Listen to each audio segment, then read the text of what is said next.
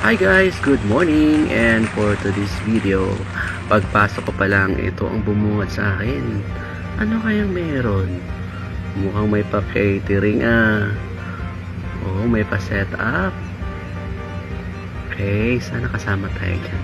Anyway, habang wala pang guest, eto, nauna na ako at mag-video muna. Alright, mukhang may kainan niya. Ito at nag-start na nga guys, nandito na kaming lahat at nakaupo na. Hi Tia Rovi, hi Tia Rika, and hi. Alright, ito mag-start na. Magtatawag na ng mga top supervisors and top agent.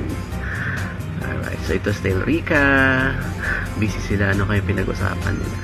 Itong dalawa naman is napaka-close, napaka-cute. Alright, so anyway, antayin natin kung anong mga ganap. Ito, alright, so busy sila. Oh, inaantok pa. Itong dalawa is talaga nakikinig sila. Pati si Delzael is talaga nakikinig.